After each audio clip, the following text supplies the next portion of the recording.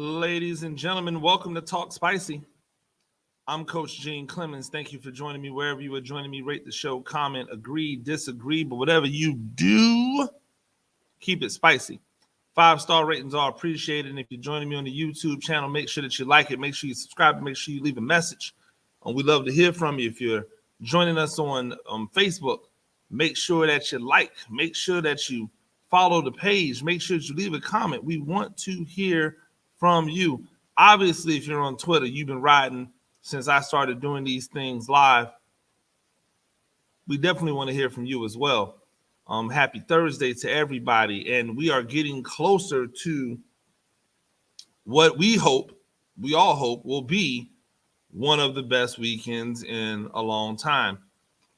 We have the Super Bowl on Sunday. That goes without saying. Everybody is excited for not only the Super Bowl, but for the Super Bowl halftime show, which I think is going to be epic. I hope all of those acts bring their A game. I am especially interested in watching what happens with Kendrick Lamar, because he hasn't put out any legitimate work in a long time outside of, that one single that he dropped. He hasn't put out any work in a long time. And I am 100% confident that this Super Bowl is going to serve as a rollout for whatever new project he has coming. And I can't wait. He's one of my favorite artists right now. And I haven't had any legitimate work from him for a long time. And I'm ready for some work. So I hope that that's what's going on Sunday. I'll be locked in. I don't know where I'm going to be at, but I'll be somewhere. And I'll be somewhere with a cold beer in hand or a stiff drink in hand with food all around and lots of football. Some great props out there, by the way. I might talk a little bit about that tomorrow. Make sure that you catch my new article, by the way, my new column on The Athletic. My good friend Brandon Howard and I went head to head. He made arguments as to how the Cincinnati Bengals are going to get it done. And I went the other way. I went with the Los Angeles Rams, why they're going to get it done. But I gave you a lot of nuggets in there. I gave you some fantasy stuff. I gave you some individual player prop betting. And then I gave you that good two team parlay at the end. So make sure that you check that out on The Athletic. My piece on the Rams that should be dropping today. It might actually be live right now. Who knows? Anyway, the other thing that's happening this weekend is a big matchup between Robert Whittaker and the champion Israel Adesanya or Adesanya. Just for clarification, I love both of these fighters. I think both of them are fantastic. And while I think ultimately Izzy gets it done just because this is his time, and unfortunately for Robert Whittaker, he has come in the time of Israel Adesanya. But at least in Whittaker's case, he got to hold the belt. Unlike somebody like Colby Covington, who, for all of his shtick and all of the dumb stuff that he does, is still a good fighter, and probably would be champion if it wasn't for Kamaru Usman. But that's the same situation for Robert Whittaker. He'd probably be the champ. But there's this guy that goes by the last Stylebender, and he's phenomenal. And while everybody else seems as if they get worse, he gets better. And here's what I'll tell you about the whole, how you come to the game. And I'm sure if you're an MMA person out there and think that I'm like a casual, you'll probably refute some of the things that I say. But it's little known that I come from a wrestling background. When I was a kid in Chicago, the two things that we did, we played basketball and we wrestled. We played basketball and we wrestled. I think both of those sports helped me become a better football player. I understood leverage. I understood how to change levels. You never really, got an opportunity to punk me because I understood how to fight aggression with aggression. I understood how to use your aggression against you. And then obviously basketball does what it does with change of direction and lateral quickness and explosiveness and all the other stuff. But I came from a wrestling background, and I've always enjoyed combat sports, whether it was wrestling, whether it's boxing. I can remember early on being not even, not even a teenager, being a really young kid, watching everybody piling in the house to watch Mike Tyson fights. They were appointment viewing. People used to get the fight, and then other people would pay that person $5 to come watch the fight. So I've been involved with contact. I've been in love and involved with contact sports or combat sports my entire life. Excuse me. And here's what I'll say: the wrestler versus the striker, issue. So here's why I come out on it. If you come to striking late, you're never going to be an elite level striker. You might have some heavy hands. You might do some damage. Like, understand what I'm saying, because Kamaru Usman has become a striker who started as a wrestler. But you're not going to tell me that Kamaru Usman is Israel Adesanya level of striker.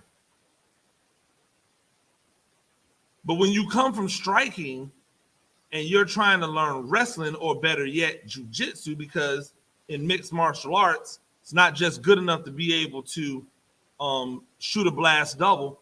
You have to know what to do to somebody on the ground so that you don't just get stood back up. You don't want to lay and pray. I think that's a lot of what people have an issue with Derek Brunson about, is that they think that Derek Brunson is down there just kind of laying and praying. Actually, I think in the Holland fight, that's pretty much what it was. It was a lot of laying and praying. Didn't do a whole bunch of damage. Couldn't really, get anything off on him. I don't know how good his jiu-jitsu is, but that was his path to, winning. And unfortunately for Brunson, every time he's had to sit in that fire in the striking game, he's come up short. So I think if I had to choose, excuse me, if I had to choose a path that I would rather take, or I would rather somebody take, or I would be looking for someone to take when it comes to mixed martial arts, I'm pretty sure I'm thinking that I'd rather them be a striker first and then teach them wrestling and jiu-jitsu as they go along. If you look at all of the strikers in MMA, they tend to have success. Why? Because every fight starts on the feet. Every fight starts on the feet. By the way, I'm not saying anything brand new that any real legitimate mixed martial arts fan don't know. I'm not reinventing the wheel here. But I'm telling you that, this is a real thing. Every fight starts on the feet. So if every fight starts on the feet, I have a chance. And every single time that I line up, every single time that I get into another contest, I get better at jiu-jitsu. I get better at wrestling. I get better.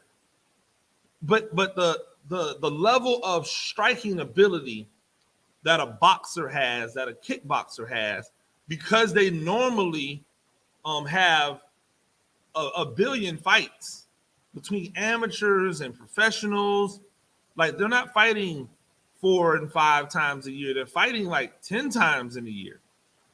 Because of that, the experience level, the amount of live reps, in order to duplicate that, in order to get there, it's going to take a long time.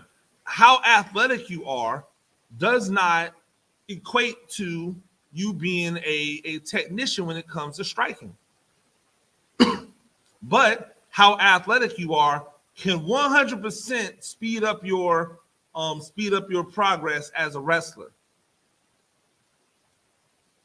So I think if you would make me choose one, I would choose striking, and so then this comes to the point. Israel Adesanya just recently announced that he has a new contract with the UFC that he believes makes him the second highest active person on the roster, highest paid person on the roster. And congratulations to Izzy. Congratulations.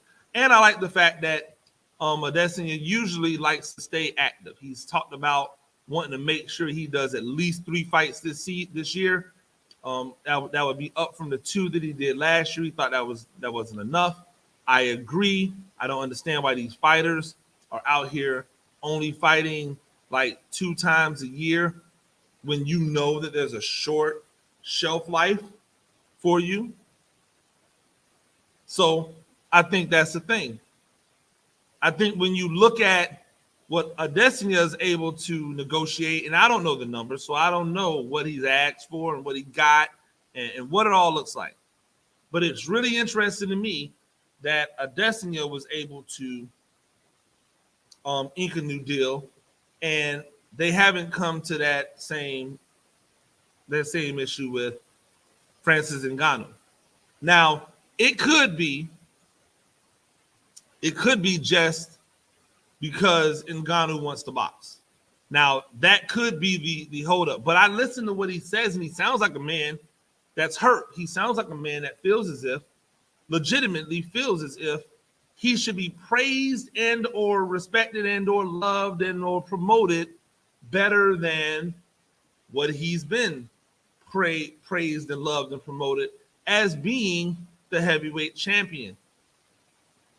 But if we're being honest about it, right? There's differences between Adesanya and Ngannou. Yes, they're both strikers.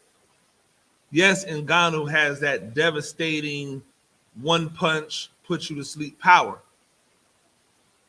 But where's the personality in Ngannou?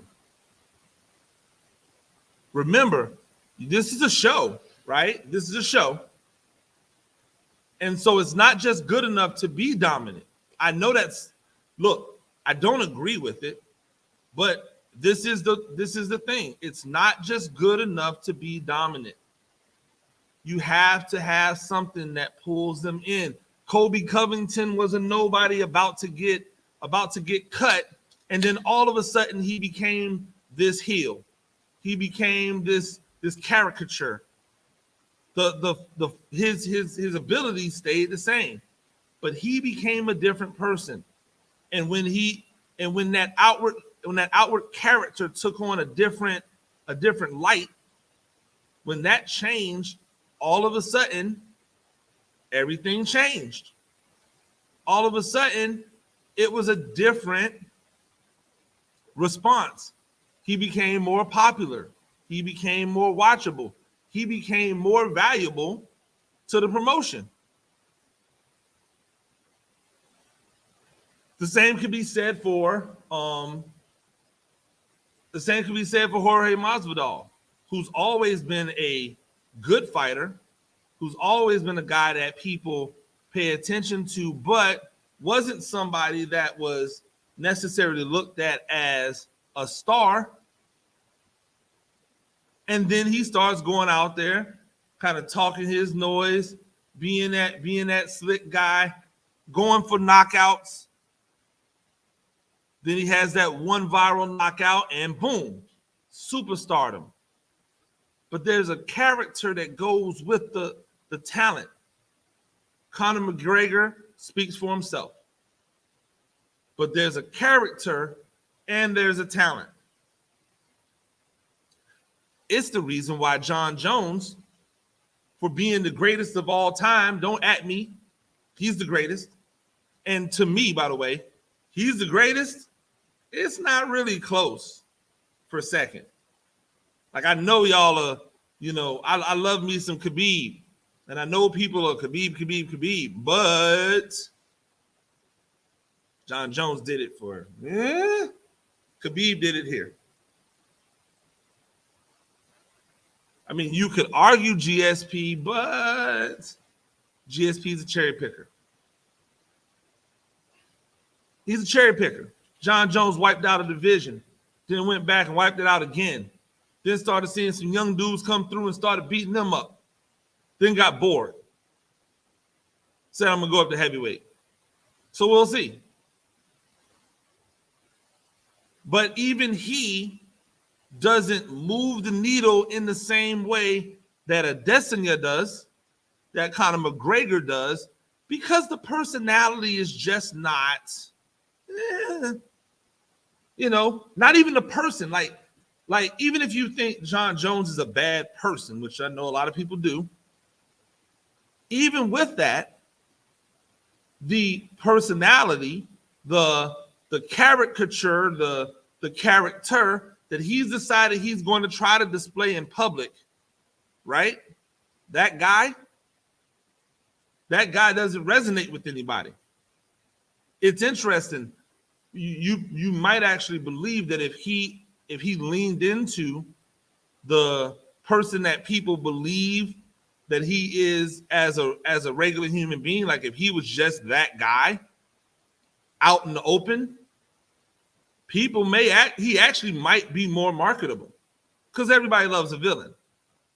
Same with this Sean Strickland thing. And do I really think Sean Strickland's about that life? No. Sean Strickland talking about he's willing to murder and he wants to fight people and blah, blah, blah, blah, blah. And then he gets in there in a fight versus Hermanson and does that type of performance. That was boring. And I'm okay with a boring performance because I know that the goal is to win. But if you're going to talk as if you're that dude, as if you're that action fighter, and then you give us a fight with no action, you're not that action fighter. You're just a talker. And so all of these things play. It's the talent and it's the personality. And unfortunately, Francis doesn't have it. Now, and that's interesting, right? Because Usman, Adesanya, and Ngannou are all, African born. But Ngannou didn't come about English the same way that Adesanya and that Kamaru Usman did. So it's not lost on me that those two guys are more popular because they speak. Kamaru Usman is very well spoken. Adesanya is very he has that very New Zealand type of flair to him. They both have interest in things that make them interesting off the outside of the octagon. Does Francis have that? Like, not the backstory, which I think is phenomenal and is probably going to be a movie one day, but the right now, because the backstory is only interesting until you reach the prize. Well, he's champ. So now that he's champ, what does he bring to the table? Entertain me. And unfortunately, for Francis Ngannou, he doesn't bring much to the table in that manner. And so it's easy to see why an Adesanya can get the job done with a brand new contract and Francis maybe can't. The opportunities seem endless for Izzy. Okay, let's say he stumbles and falls against Whitaker. Is his career done? No. He's a kickboxer. He's used to losing. You don't go undefeated in kickboxing. Somebody's going to catch you, right? So he doesn't take a loss and go, oh my God, the life is over. He's back on the horse. He's looking to improve. there's still the opportunity to go up to 205 and do it like the legit way, where he puts on a little bit more weight and fills himself out so that he can't get just bullied by these 230-pound guys that are cutting weight down to 205.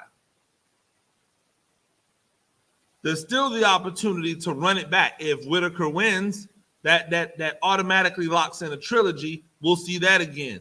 It's marketable.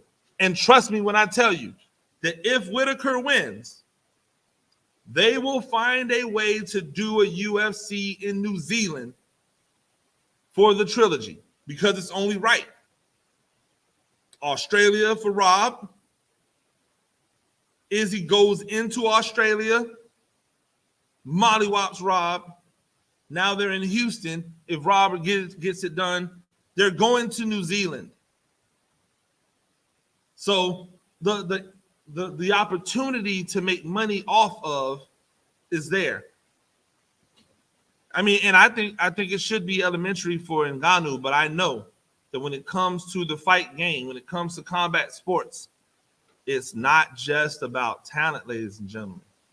Why do you think Sugar Sean O'Malley is so beloved, is so electrifying? It's because when you put the talent and you put the talk together, when you put them together, that's the recipe. That's the recipe. Now, what do we have to get from O'Malley now? We have to get more consistency in appearances. This 1 time, 2 times a year thing ain't gonna roll. But, he's dealt with some injuries. And it might be a situation where dealing with injuries keep him from reaching the ultimate superstardom. That McGregor, that Adesanya level superstardom, that Kamaru Usman superstardom. It could be. But there's a reason why a guy who's not a champion at a weight division is the most popular guy in that weight division. It's because he has the personality and he has talent. We all know that Francis Ngannou has the talent. Where's the personality? Ladies and gentlemen, that's Talk Spicy. I'm Coach Gene Clemens. Do this thing Monday through Friday. Rate the show, comment, agree, disagree, but whatever you do, keep it spicy. 5-star ratings are appreciated. If you're joining me on the YouTube channel, you know what to do. Like, subscribe. We'll see you next time. Peace.